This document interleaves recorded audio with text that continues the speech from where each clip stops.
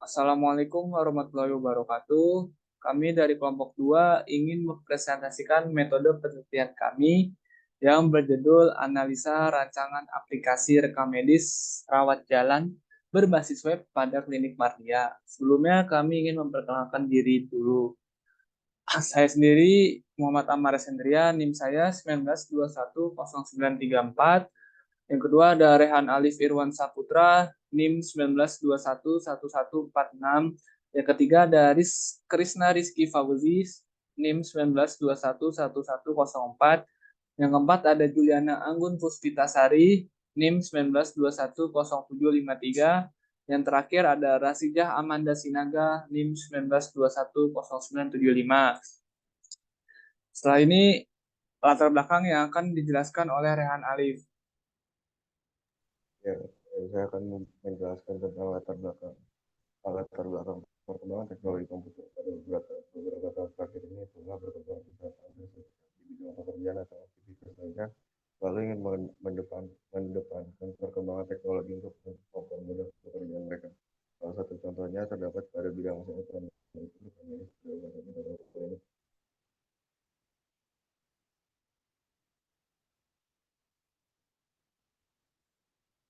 deskripsi produk. Satu ada data pasien, dua ada data petugas, tiga ada data dokter, empat ada data rekam medis, ada laporan yang terdiri dari dokter, pasien, rekam medis, dan petugas. 6 ada jumlah pasien, 7 ada jumlah dokter, 8 ada jumlah petugas, 9 jumlah rekam medis, 10 info pasien, 11 info dokter, 12 info petugas, dan 13 rekam medis.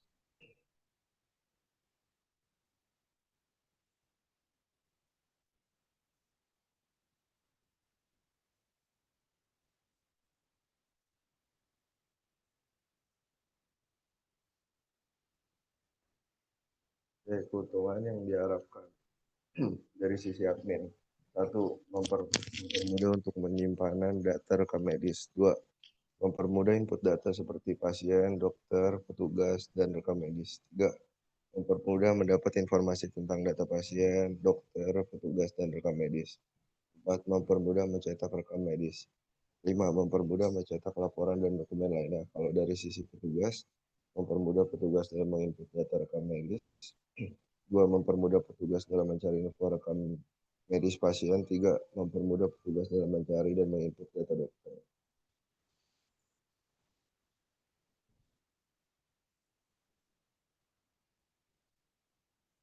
Nah, di sini ada perencanaan aktivitas secara global. Di sini ada proyek aplikasi rekam medis berbasis web yang telah dilakukan penelitian selama 81 hari yang dimulai dari 25 Maret 2023 dan selesai 12 Juni 2023. Dalam proyek aplikasi ini terdiri dari analisis. Di analisis itu memerlukan penelitian 7 hari dimulai dari 25 Maret 2023 dan selesai 31 Maret 2023. Analisis terdiri dari mengumpulkan data sekunder yang memerlukan data penelitian 4 hari dari 25 Maret 2023 hingga 28 Maret 2023. Terus menspesifikasi kebutuhan sistem. Memerlukan durasi selama 3 hari dari 29 Maret 2023 hingga 31 Maret 2023. Selanjutnya ada desain. Desain memerlukan waktu penelitian 20 hari dimulai dari tanggal 1 April hingga 23 April. Di dalam desain ini terdiri dari membuat struktur data yang memerlukan waktu 2 hari dimulai 1 April dan selesai 2 April 2023. Terus ada membuat diagram PRD dengan LRS memerlukan waktu 3 hari penelitian dimulai dari 3 April selesai hingga 5 April 2023. Terus ada membuat diagram UML memerlukan penelitian 7 hari dimulai dari 6 April selesai 12 April 2023. Terus ada membuat UI UX memerlukan penelitian 7 hari dimulai dari 13 April selesai 19 April 2023. Terus ada membuat struktur pengkodean. Ini memerlukan waktu 1 hari dimulai dari 20 April dan selesai 20 April 2023. Selanjutnya ada pengkodean Memerlukan waktu penelitian 47 hari dimulai dari 21 April dan selesai 6 Juni 2023. Dan pengodaan ada menentukan bahasa pemrograman memerlukan waktu 1 hari penelitian dari 21 April hingga 21 April 2023. Terus ada menentukan software untuk coding, memerlukan waktu penelitian 2 hari dimulai dari 22 April hingga 23 April. Terus ada melakukan coding program, memerlukan waktu penelitian 44 hari dimulai dari 24 April hingga 6 Juni 2023. Terus ada pengujian. Dalam pengujian ini ada melakukan testing, memerlukan waktu penelitian 1 hari dimulai 7 Juni sampai 7 Juni 2023. Terus ada melakukan debugging, memerlukan waktu penelitian 4 hari dimulai dari 8 Juni 2023 hingga 11 Juni 2023. Dan yang terakhir ada closing, memerlukan waktu 1 hari. Dalam closing ada penyerahan hasil proyek, memerlukan waktu penelitian 1 hari. Terus ada pembubaran tim proyek, juga memerlukan waktu 1 hari. Super.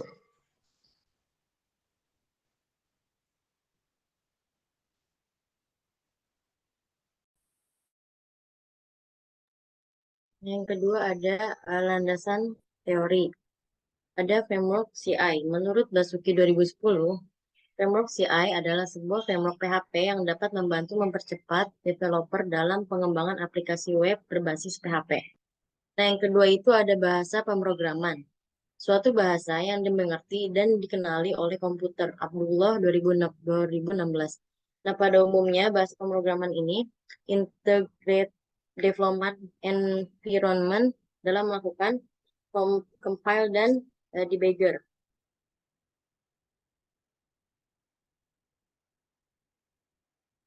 Nah, yang ketiga ini ada PHP.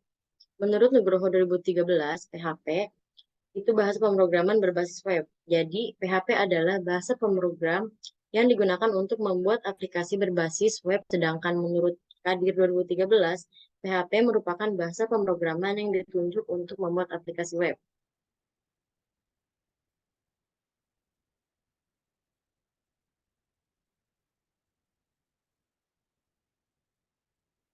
Lalu ada pengertian HTML. HTML merupakan bahasa yang digunakan untuk mendeskripsikan struktur sebuah halaman web.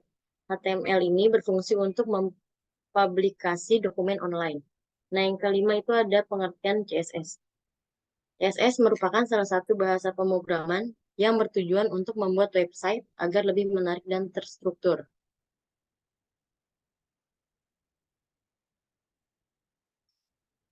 Nah, ini pengertian JavaScript.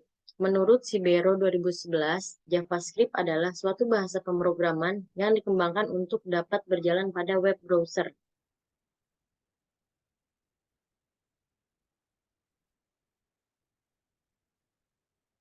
Lalu ada pengertian klinik. Berdasarkan Peraturan Menteri Kesehatan Republik Indonesia Nomor 9 Tahun 2014, pengertian klinik merupakan fasilitas pelayanan kesehatan yang menyelenggarakan pelayanan medis dasar dan spesialistik. Diselenggarakan oleh lebih dari satu jenis tenaga kesehatan dan dipimpin oleh seorang tenaga medis, Dedi Triyono dan Rahmawati di tahun 2018.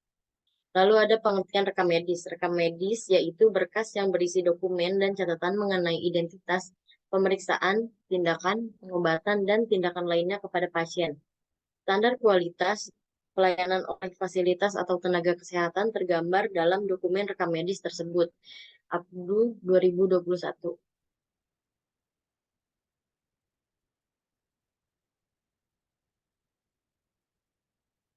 Lalu ada analisa sistem berjalan. Ini berikut adalah analisa sistem berjalan pada klinik kami. Yang pertama itu petugas melakukan pendaftaran dengan mengisi form registrasi untuk mendapatkan akun. Nah, yang kedua ada petugas dapat mengelola data dokter. Ketiga, petugas dapat mengelola data rekam medis. Keempat, petugas dapat mencetak hasil rekam medis pasien. Yang kelima, pengunjung dapat melihat halaman beranda yang berisi info dokter dan penjelasan tentang obat-obat dari dokter. Yang keenam, admin dapat mengelola data petugas. Yang ketujuh, admin dapat mengelola data pasien. Yang kedelapan, admin dapat mengelola data dokter. Yang kesembilan, admin dapat mengelola data rekam medis pasien. Dan yang 10, admin dapat mencetak laporan data dokter, pasien, dan rekam medis.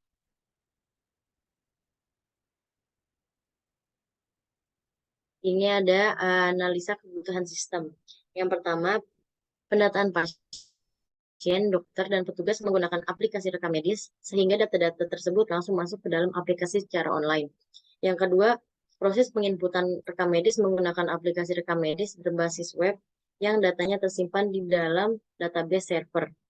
Nah, yang ketiga itu ada data tidak perlu dikumpulkan lagi, karena dengan aplikasi rekam medis semua data langsung terkumpul di satu server database, dan proses pencetakan laporan dapat dilakukan di mana saja dan kapan saja dengan mudah.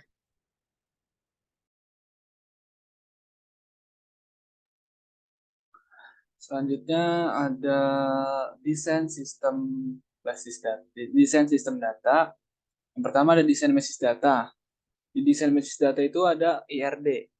IRD itu adalah menjelaskan tentang hubungan-hubungan antara tiap table database yang ada di database aplikasi rekam medis ini dihubungkan. Misal ada pasien, ada dokter, ada rekam medis, ada user.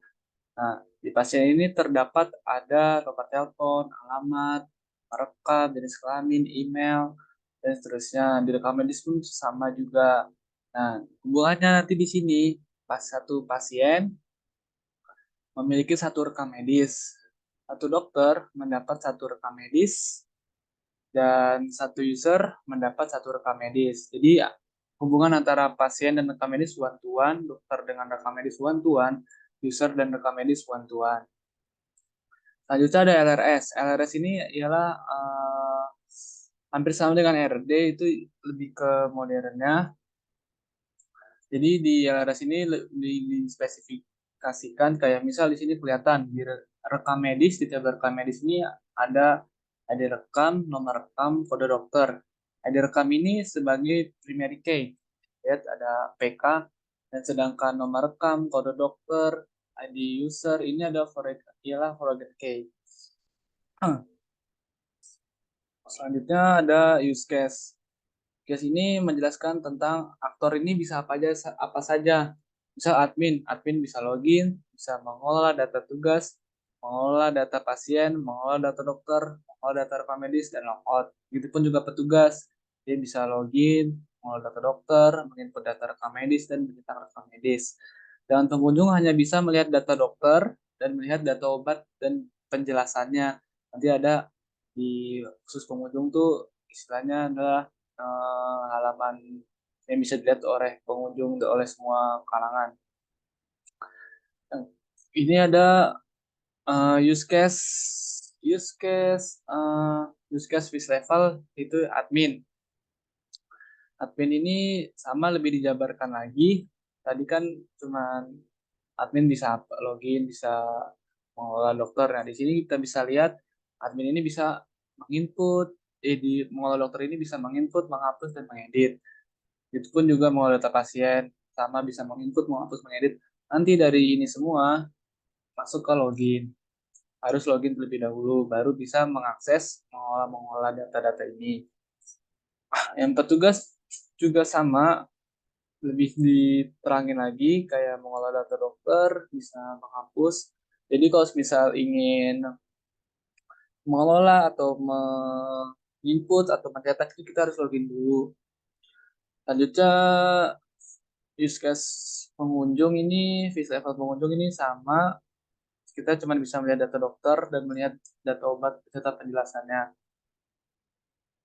Di activity diagram ini menjelaskan tentang aktivitasnya, tentang jalannya sistem gimana. Misal ini dari pasien datang ke rumah sakit, mengisi form data pasien.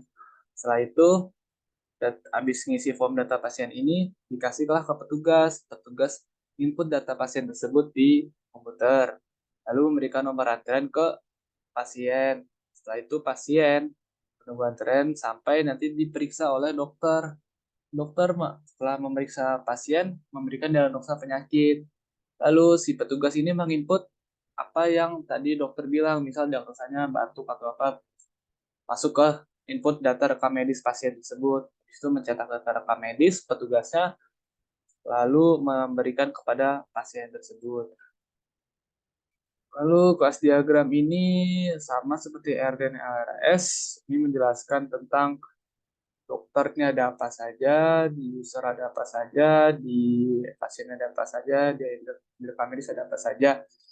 Ini yang saya tadi bilang tadi, dokter mendapat mendapat satu rekam medis.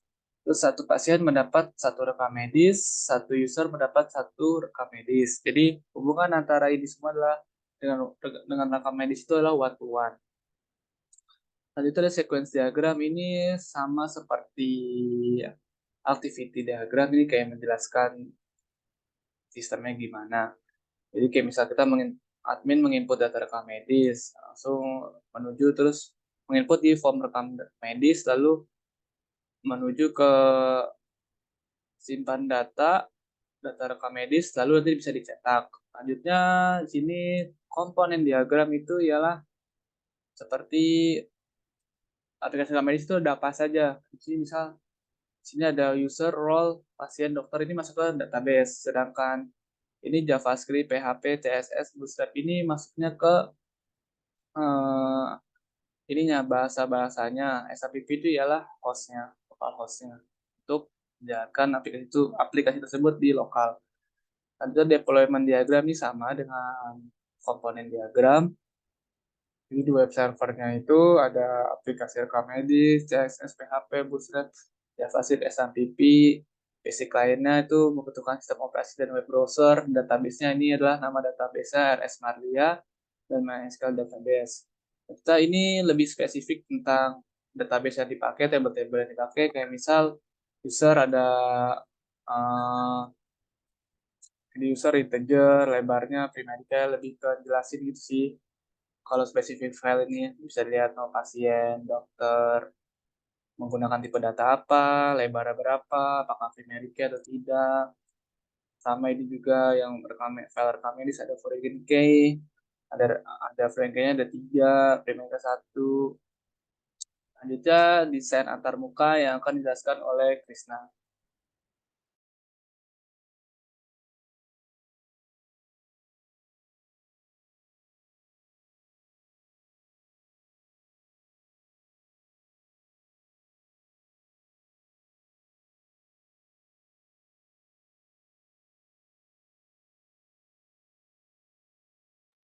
Mungkin Krisna lagi ada gangguan, saya akan jelaskan di desain antarmuka ini adalah ada halaman login admin.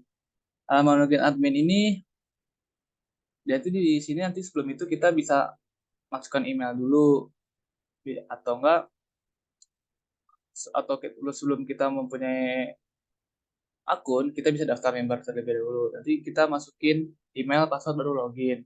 Nih, ini misal registrasi. Mungkin kalau admin nanti kita tidak bikin registrasi, kita bikin langsung saja. Mungkin ke petugas kita bikin registrasi agar bisa login ke aplikasi rekam medis ini khusus akun petugas. Setelah itu ini ada halaman dashboard. Dashboard ini memberi tahu tentang kayak lebih lengkapnya, lebih apa namanya, lebih singkat lah. Kayak misalnya di data petugas ada berapa anggota, pasiennya ada berapa, dokter ada berapa, rekam medisnya ada berapa. Nanti di sini ada sidebar-sidebarnya yang menuju ke data-data tersebut. Nah, data pasien menampilkan data pasien. Di sini ada tambah pasien, kita bisa menambahkan pasien. Terus di sini ada action, ada ubah, menghapus, kita bisa menghapus ini dan bisa mengupdate ini data pasien kita. Terus sama data petugas juga, data dokter juga, sama data rekam medis. Lalu di sini ada struktur navigasi. Struktur navigasi ini ialah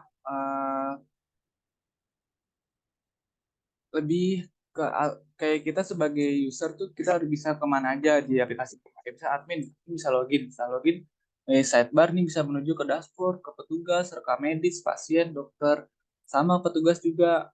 Dari halaman utama misal belum ada akun bisa register dulu, setelah register bisa login. Setelah login kita menuju ini si petugas nih hanya bisa masuk ke rekam medis, mengolah data rekam medis dan dokter. Pengunjung ini cuma bisa lebih tepatnya kayak ngelihat info-info doang, info dokter dan info obat dan penjelasannya. Selanjutnya ini akan dijelaskan dengan Manda.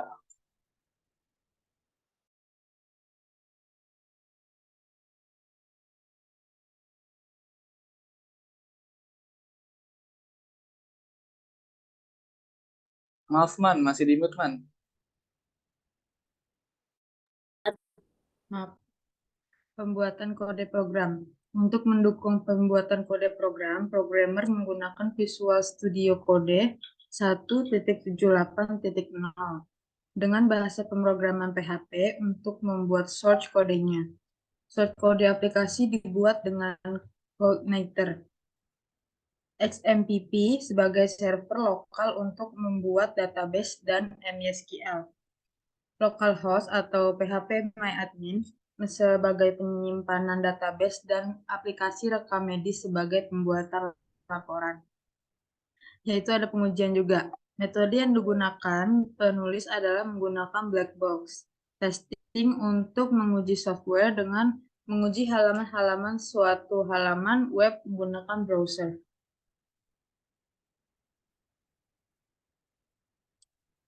Dan ada pemeliharaan. Pemeliharaan dilakukan agar dapat memperbaiki bug perangkat lunak dari waktu ke waktu dan membantu membuat perangkat lunak menjadi lebih efisien tanpa perangkat lunak baru. Selanjutnya ada kesimpulan. Dengan adanya aplikasi rekam medis ini, antrian pasien pada saat registrasi, khususnya antrian rawat jalan, dapat dikurangi karena waktu yang lebih efektif daripada rekam medis manual.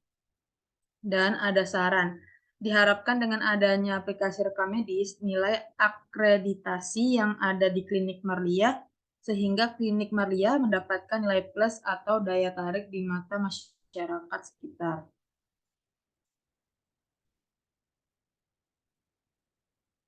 Cukup sekian dari kelompok kami. Terima kasih sudah mendengarkan sampai sejauh ini. Sudah semua ya.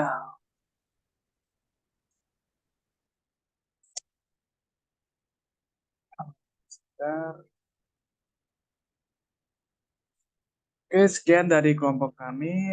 Oh, mungkin ini kita bisa memberikan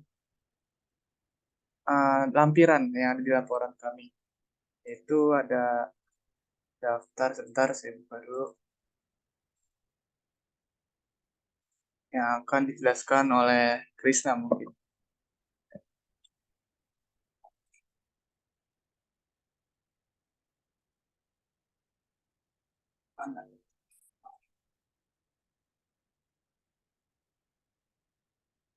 Ini Kris, bisa kelihatan Kris?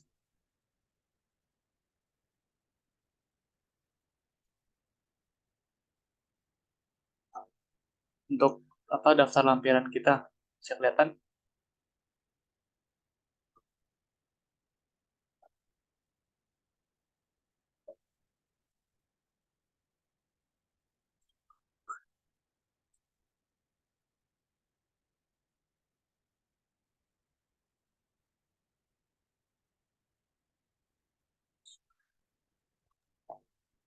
Ya, bisa. Maaf, tadi ada kendala jaringan. Jadi di sini ada daftar lampiran yang berisi dokumen input dan juga dokumen output.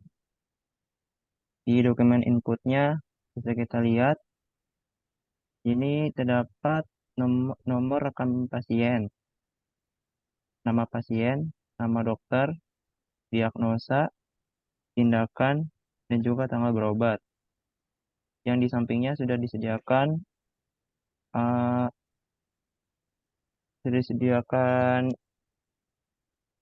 untuk mengisi ya. Kemudian ada dokumen output. Jadi setelah tadi inputnya sudah diisi, outputnya adalah seperti ini. Ada terdapat nomor rekam, nama pasien, nama dokter, diagnosa, tindakan, dan tanggal berobat. Seperti contohnya nama dokternya Dr. Yanti. Diagnosanya flu batuk, tindakannya diberikan obat flu, dan tanggal berobatnya 1 Maret 2023. Oke, udah itu saja. Mungkin sekian dari kami, kurang lebihnya mohon maaf. Wassalamualaikum warahmatullahi wabarakatuh. Nah, untuk lampiran file nanti kita kirim, lampiran hasil data pusara kita akan kirim di file yang terpisah. Terima kasih, guys.